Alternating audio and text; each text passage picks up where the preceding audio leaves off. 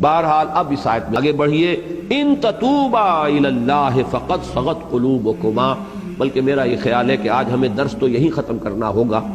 البتہ میں ایک بات تھوڑے سے وقت میں اور آپ سے عرض کر دوں، اس معاملے میں مجھے مولانا مودودی صاحب سے شدید شکایت ہے اور شدید رنج ہے کہ انہوں نے اس معاملے میں وہی رخ اختیار کیا،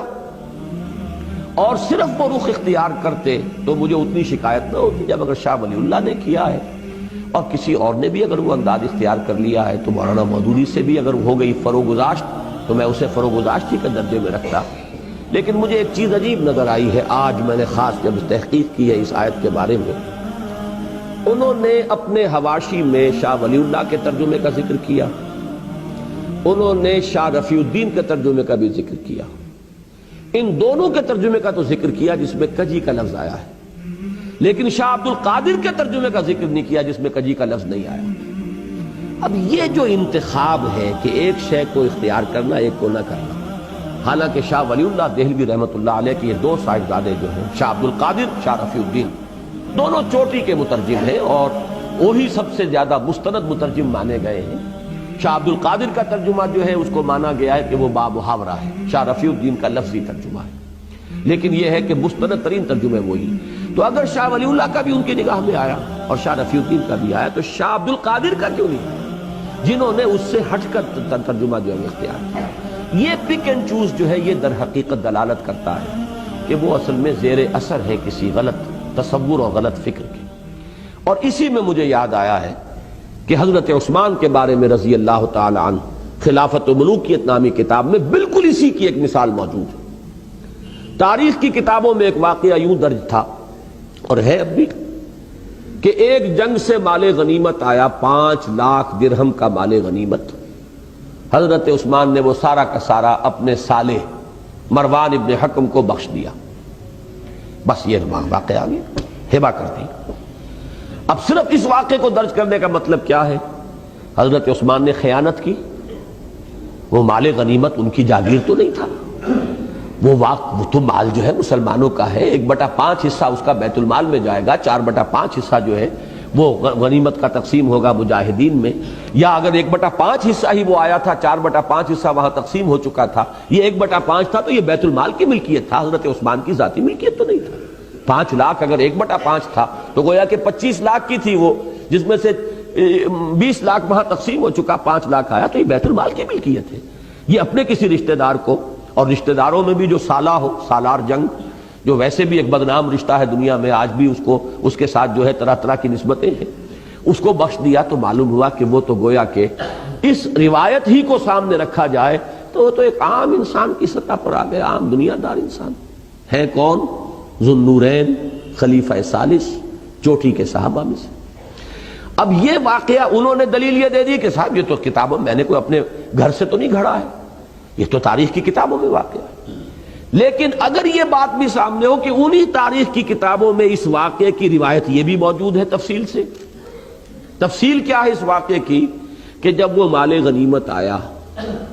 وہ مال غنیمت ہوتا تھا اجناس کی صورت میں، چیزوں کی صورت میں، وہ کوئی نقد تو نہیں ہوتا تھا۔ حضرت عثمان نے مجلس شورا سے اجازت لے کر وہ سارا مال 5 لاکھ میں خرید لیا، 5 لاکھ بیت المال میں داخل کر دیے، اپنی ذاتی جیب سے اس مال کو خرید لیا، وہ بھی اجازت سے، اصحاب شورا کی اجازت سے، کہ بجائے اس کے کہ یہ سارا مال جو ہے بیت المال کے اندر اس طرح جمع کیا جائے، نقد میں 5 لاکھ میں یہ مال اگر آپ اجازت دیں تو میں لے لیتا ہوں، 5 لاکھ بیت المال میں داخل ہو جائیں گے، یہ مال اب آپ کی ذاتی ملکیت ہے، اب آپ جسے چاہیں ہبہ کریں، کسی کو دے دیں، کسی کو کوئی اعتراض نہیں۔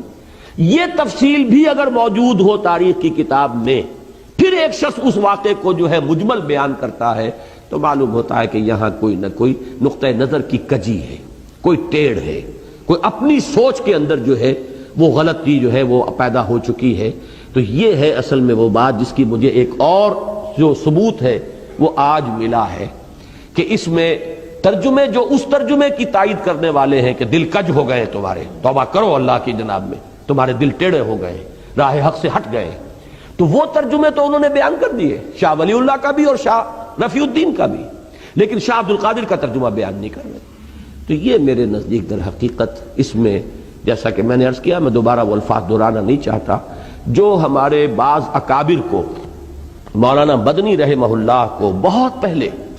یہ شک ہو گیا تھا اور انہوں نے اس کا اظہار کیا تھا کہ ان کے مزاج کے اندر صحابہ کرام سے اور بزرگوں سے اور اسلاف سے جو ہے ایک گستاخی کا رجحان پایا جاتا ہے۔ اس وقت تک یہ چیزیں اس طرح کی واضح طور پہ سامنے نہیں آئی تھی، لیکن ہوتے اہل اللہ کے جو کسی چیز کو بھانپ لیتے ہیں، کسی چیز کا اندازہ انہیں کسی کے انداز سے ہو جاتا ہے۔ تو اس قسم کا واقعہ یہ ہے کہ خلافت و ملوکیت تو خیر اس کی بہت ہی بڑی مثال ہے، لیکن ایک مثال مجھے آج ملی ہے اس ترجمے کے اندر کہ سارے ترجمے دلائل کے اندر سابقہ جو ہیں انہوں نے کوٹ کر دیے، لیکن یہ کہ شاہ عبد القادر موضح القرآن، یوں سمجھیے کہ اردو زبان کی پہلی تفسیر، پہلے تفسیری حواشی شاہ عبد القادر رحمہ اللہ،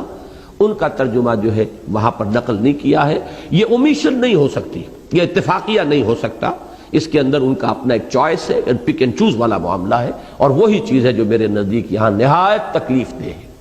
تو بس آج اس پر ہم اپنا درس ختم کر رہے ہیں۔ ان تتوبا الیہ فقد صغت قلوبکما، اگر تم دونوں اللہ کی جناب میں بصراحت اپنی خطا کا اعتراف کرتے ہوئے توبہ کرو تو یہی تمہارے شایان شان ہے، اور تمہارے دل تو اس طرف مائل ہو ہی چکے ہیں۔ بارک اللہ لی ولکم فی القرآن العظیم ونفعنی وإیاکم بالآیات والذکر الحکیم۔